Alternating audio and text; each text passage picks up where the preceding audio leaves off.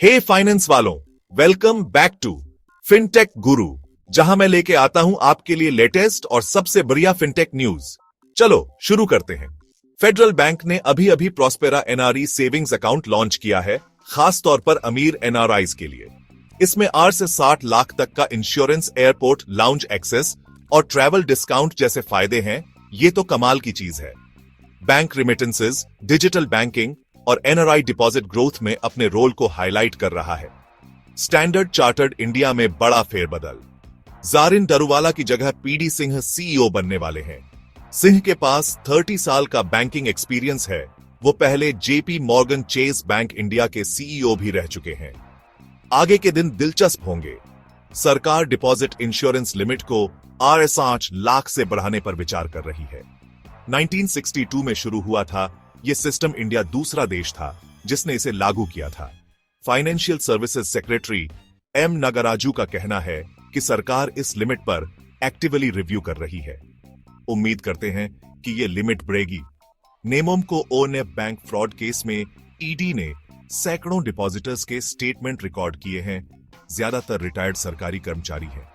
उन्हें फाइनेंशियल गड़बड़ियों का सामना करना पड़ा है। उनके इंटरेस्ट पेमेंट और विथड्रॉल रिक्वेस्ट भी रोक दिए गए हैं। उम्मीद है कि न्याय मिलेगा।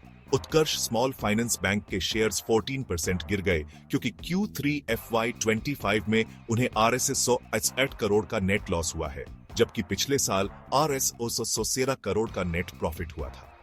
उत्कर्ष SFB के लिए मुश्किल समय है। बैंक ऑफ महाराष्ट्र को RBI से गुजरात के गिफ्ट सिटी में IFSC बैंकिंग यूनिट खोलने की मंजूरी मिल गई है। ये यूनिट ऑफशोर बैंकिंग और इंटरनेशनल फाइनेंशियल सर्विसेज को बढ़ावा देगी। ये एक बड़ा कदम है। गोक्विक की रिपोर्ट के मुताबिक वैलेंटाइन डे की सेल में पहली बार 4 सालों में प्रीपेड ऑनर्डर सीओड से ज्यादा हुए UPI और क्रेडिट बेस्ड ऑप्शंस की वजह से। इस ट्रेंड से टियर 3 शहरों में D2C शॉपिंग और आसान हो रही है। प्यार हवा में है और डिजिटल पेमेंट्स भी। फोनपे ने डेबिट और क्रेडिट कार्ड पेमेंट्स के लिए डिवाइस टोकनाइजेशन शुरू किया है। इससे ट्रांजैक्शन ज्यादा सिक्योर और आसान होंगे। शुरुआत वीजा कार्ड से हो रही है और जल्द ही दूसरे नेटवर्क्स पर भी आएगा। पेमेंट करने का एक और सुरक्षित तरीका। पेटीएम के विजय शेखर शर्मा ने बताया कि कंपनी अगले क्वार्टर में प्रॉफिट देने पर फोकस्ड है। पेमेंट्स और लेंडिंग बिजनेस में ग्रोथ की वजह से वो कंप्लायंस और रेगुलेटरी चैलेंजेस को भी ठीक कर रहे हैं। Go Paytm IndusInd International Holdings RS 800 crore जुटाना चाहती है। इन्वेस्को एसेट मैनेजमेंट इंडिया में 60% स्टेक खरीदने के लिए। इन्वेस्टमेंट की दुनिया में बड़े कदम। मुथूट फाइनेंस को गोल्ड लोन की ज्यादा डिमांड का फायदा हो रहा है और Q3 FY25 में 34% YoY ग्रोथ हुई है। सोने की बढ़ती कीमतों और ब्रांच एक्सपेंशन के साथ कंपनी को 25% CAGR बनाए रखने की उम्मीद है। इस साल ही उन्होंने 800 नई ब्रांचेस जोड़ी है। जबरदस्त ग्रोथ।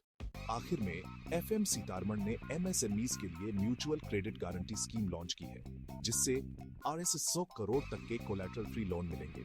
इससे MSMEs को प्लांट, मशीनरी और इक्विपमेंट खरीदने में मदद मिलेगी।